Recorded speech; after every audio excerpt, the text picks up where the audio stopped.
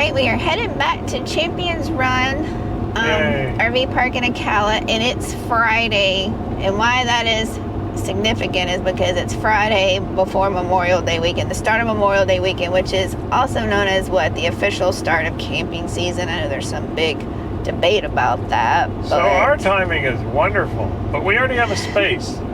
We even left our picnic table covered. Now, how many of y'all think it will still be there? The girl at the office said, oh yeah, that's fine, because we rented the space for a month, so. And that's a very, very old, faded, torn picnic table cover. So if somebody happened to repurpose it, whatever, just leave me the clips. Yeah. And back to the route we're going, the reason we really like having the Garmin for the routes and stuff is because Google wanted us to make a right, and when you're towing, Matthew's like, it wouldn't have made it right. No way. There was absolutely no way, because traffic is always there, turning from a single lane onto a single lane, sharp corner, no way to oversteer, just no way. That's why I'm a strong advocate of always checking the route, because sometimes Garmin gets that wrong. They're like, yeah, maybe you can make it, but just Matthew, every time I have a turn come up, especially a right-hand turn, he likes to check the road, and if it's not possible, he's like, what other way can we go, right? Yeah, now if the turn can be made, then we're gonna make it. You know, God's guiding this rig, and we've always done a good job, but there is no way on this earth, this rig, 53 feet long, could have made that turn. Yeah, it was a really tight one in a small little historic town. Red light right there. So all right, we'll see y'all at Champions Run, and we'll see how quick the golf carts come after us when we pull up this time, right? I have to say, they don't even make you get out to check in. You just pull up to the stop sign and they come on you like a swarm of bees. And we told them when we left, we're taking the rig to get the roof and we'll be back. Oh, we'll guide you back to your site. So whatever.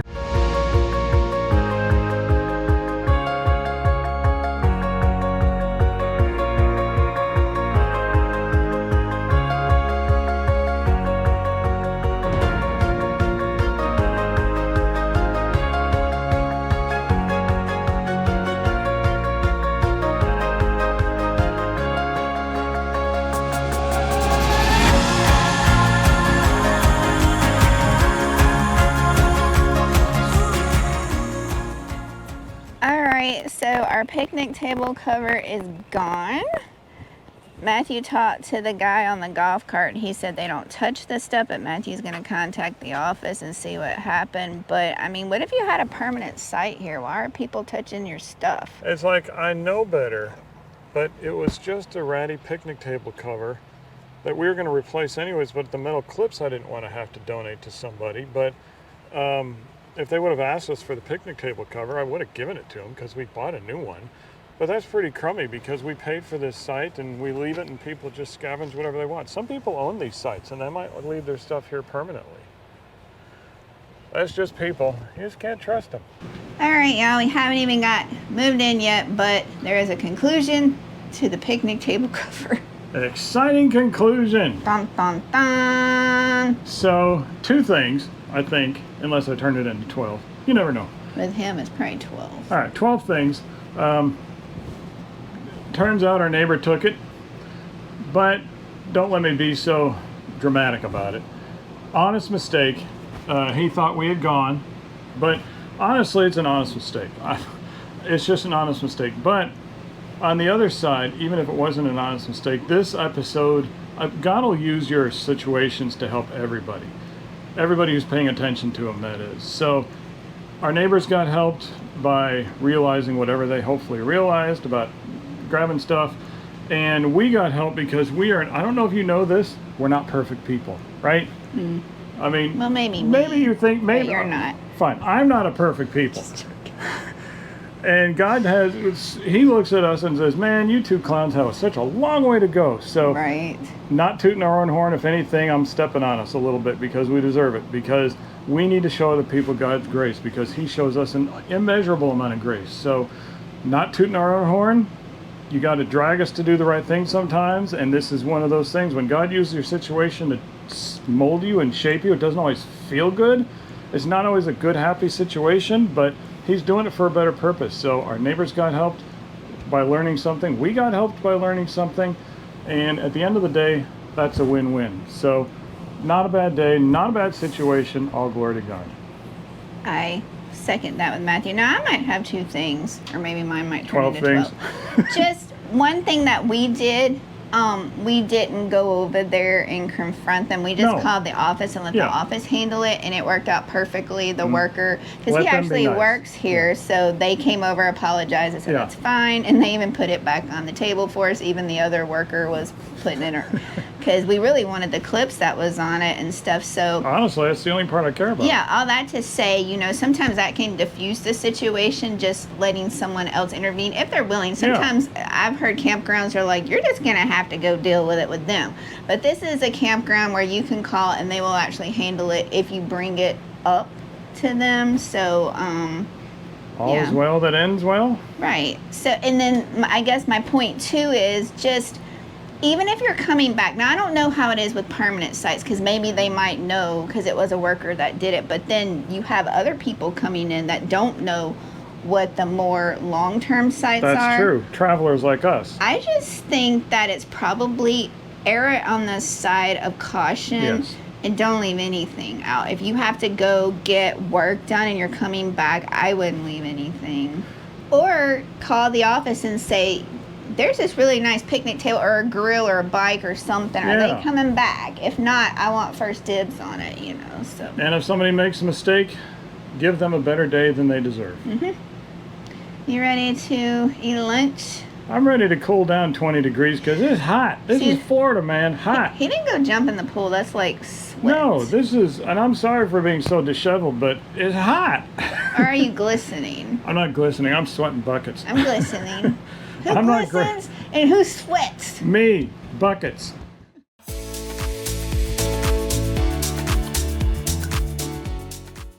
There is this trail.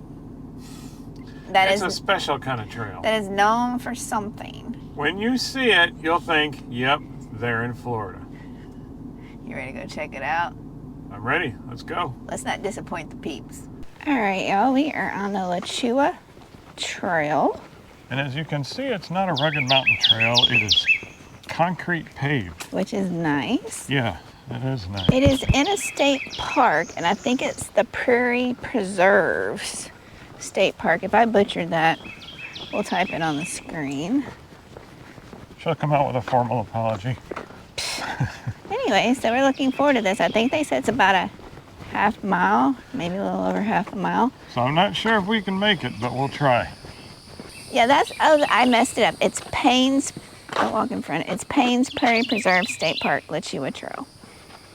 This is also a trail you're not allowed to bring pets on. Yeah, and you'll see why.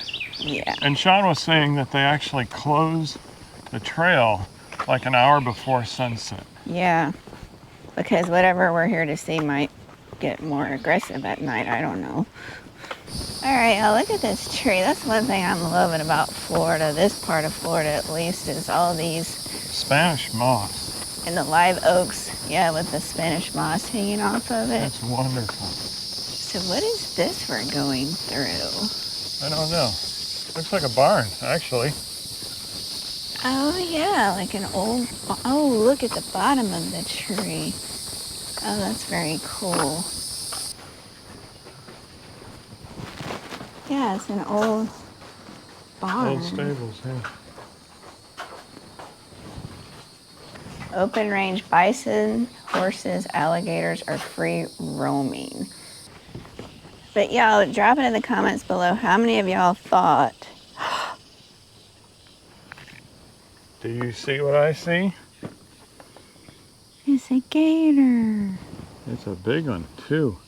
Now, there's supposedly, what do they say, hundreds of gators here during the season, but I think the water's a little low, so you don't see as many. He's backing up. He's doing something. There's 2 of them. Look to the right of that one. Okay. You see it? Yeah.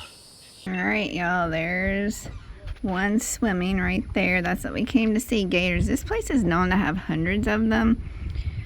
I think because it's a drought right now, they're not as many, but we've seen several so far. Show them the little juvenile by the shore. You see that? He's down there. He can't be more than 2 feet long. Yeah. All right, y'all, look at this one. Just watch your step because you're going to roll right in the gator water. Look at it. That's a cute little one, too. Matthew said it's cute. It's little. All right, y'all. This is what we call gator-infested waters. There's probably 20 or 50 in here right now. Yeah, tell us how many you can see, if you can see any, because they're there, and they're all kind of pointed in one direction. Just tons of them. A lot of them, though, are quite little. Yeah. Pretty Almost like it's a impressive. nursery. Yeah, pretty impressive. Yeah. And these birds are very Birds don't bold. care. Yeah. All right, y'all. We're wrapping it up. We did get to see some gators, but this trail is known to have thousands of gators In the right season. at a time. Yeah. I was fixing to get a little disappointed because we saw a few, and then when we were ready to head back, all of a sudden you see, like Sean said, 20, 40, 50 heads poking out of the water, but they're all little for gators. So Yeah. almost like it's a nursery, which it very well could be. And if you look really carefully in patches like this, you can see some of the big ones in there. So, and is that a turtle or something down there? Oh, I see it. All right, y'all. We spotted a turtle. All this to say, and they even put it on their website, these are wild animals. They're not in a zoo. So they have to put it on there, like, you know, if it's a drought, you're not going to see wildlife as much. And when the water comes back, then they come back. So you just kind of have to be patient with seasons. It's kind of the same thing with manatees. You're not going to see Yeah. them every month of the year. But when you see them, you start to see a bunch of them because you start recognizing what to look for. Yeah. It's not like they wave their little bitty arms and say, I'm here, I'm here. You got to know what to see. The best piece of advice I can give you is go to the state park's website or even give them a call before you go out for the day if there's certain trails that you want to catch, and then they'll give you all the inside information. And check reviews because people are brutally honest in these reviews. Yes. So go to like All Trails or maybe the Google page for the state park website or whatever trail you want, and people will tell you if they saw anything.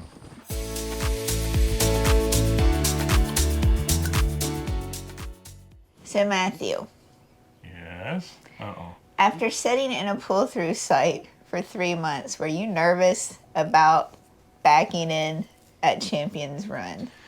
I will say that I was a little bit nervous, and the reason is because there were people camped across from us. Oh, yeah. So when you're backing up a fifth wheel, you got that swing. I know how to back it up, and I do a lot of praying about this, and so I knew everything would be okay somehow, but the people are across from us. So when you swing your truck around to straighten out, that could have been an issue, and it wasn't. And it was blindside because they're not very angled. It's not like it's angled like 45 degrees, but it is angled. So it was blindside backing. So we got it done, but I wasn't looking forward to doing it.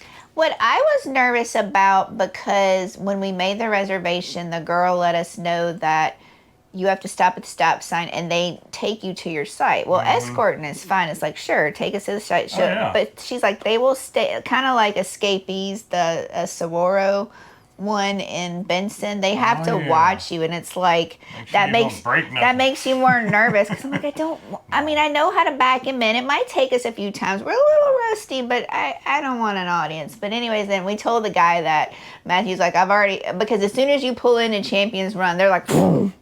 And they're right there. You're not going past go. They're like there, and they got your little packet or whatever, and they take you to your site.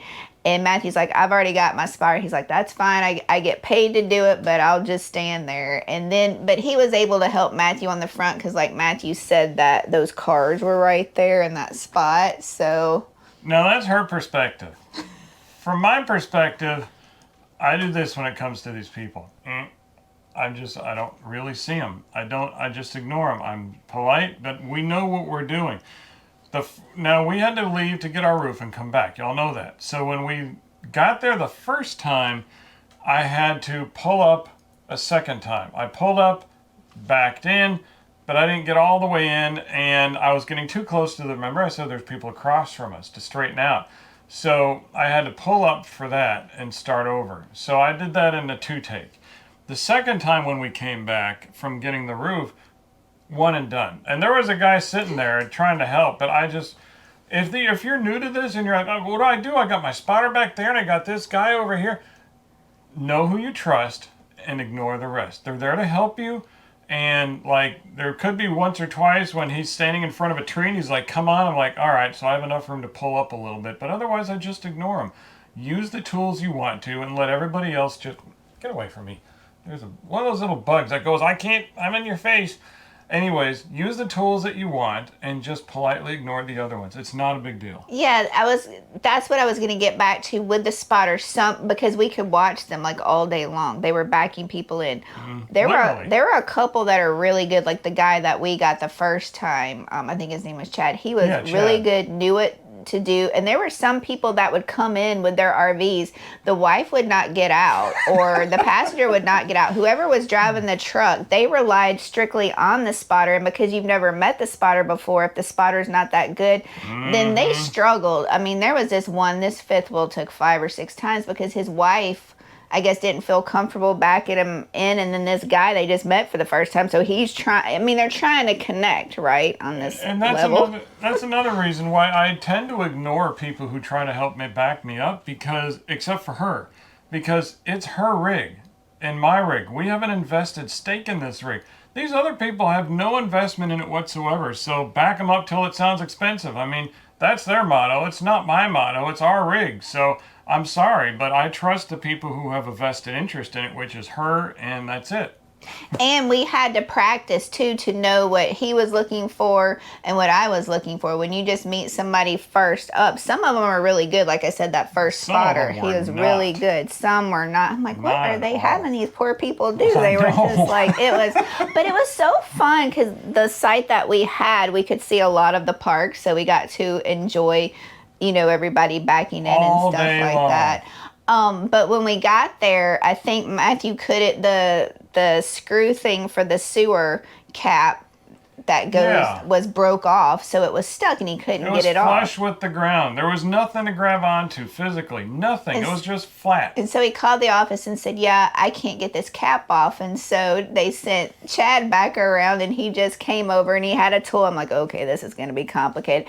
What did he do? Well, he had these tools, and I thought, okay, I don't feel so bad. There's a tool for this. There's no knob to twist or anything. It's just a flat puck screwed in the ground. I'm like, what do I do? He came up to it, and the first thing he tried was, bam, just hit it, like Fonzie. If you know who Fonzie is, put that in the comments below. Not all of you young people know who that is. He just whapped it once, and it went flying through the air. He's like, oh, okay, there you go. I'm like, pride hurt, but it worked. Yeah, everybody had a big laugh with that, so that was fun. And now I know what to do. Just bang it. Yeah. I really enjoyed that park, and I'm so thankful that they had a special going on to where summer special. It was like more than half off. So we were able to enjoy it. My favorite part of the park was valet trash every single day. My favorite part was electricity included. I can't tell you how many times we were like, it's a little bit chilly in here. That's a good feeling in Florida because you don't get that very often. Yeah, that park includes the electricity with their monthly stays. But that's something you'd want to check with each RV park. But that one definitely had it. They had over 470 sites, so it was a pretty big park. So me and Matthew still got to exercise without going up and down the same aisle back and forth. So that was good. And we find ourselves exercising earlier in the day because it's Florida. It's hot. You don't want to do it when it's 90 outside. And we were there over Memorial Day weekend. So we got to see everybody. Once we got in, we were like one of the first rigs back in on that Friday because we had to get the roof done. And we got to see everybody coming in. It was kind of fun because it was like, how much stuff... You just see how much stuff they take out, and they're putting all the lights up, the little... Weekenders. The clam tents or whatever. But we saw a first that we had never seen before. I mean, y'all have seen the cornhole boards and all that stuff. We saw somebody put up a putt-putt golf course. Oh, yeah. That was cool. I've never seen that in a space. And then they had all these decorations, and they even had a golf cart parade. It was really cool. I like the golf cart parade, and then all the kids on the bicycles and stuff. That was fun. I know I hope y'all see this before Labor Day, but all that to say is, if you want more footage sooner of what's going on in our life, then think about coming an insider, because they were one of the first ones, honest to truth, that knew about our roof. We only told our parents, and the RV roof people were the only people that knew about the roof until we told the insiders. And we're sorry, but we didn't even tell many of our friends. Yeah. Actually, we didn't tell any of our friends. None of our friends We kept it on the down low. Yeah, because we don't do this kind of sponsorship thing very often. Right. So. Yeah, so yeah, think about coming an insider. We'll drop the information down below. Yep, you'll like it. Since I threw myself under the bus at our last RV park in Chiefland, I'm going to throw Matthew under the bus. And he made fun of me because he's like, what, are you a newbie? He did the same thing. He went to let the awning out, and then he let the other slide in instead. And I'm sitting right here. It was a slide by me, and it scared the bejeebies out of me. I'm like, what? It sounded like a robot. Yeah, it's my first day. And welcome to RVing. Yeah, he racked me over the coals, and he's like, what are you, a newbie? I just didn't, I felt so bad for her throwing herself under the bus that she had to throw me under the bus. So I had to kind of fuel that. So hopefully we've got all of those mistakes out. We're never done making mistakes. Are you serious? We've done this over 4 years full time, every day for over 4 years, and we're still, well, minus a week because we got the roof. And we're still going to make mistakes. It's just bound to happen.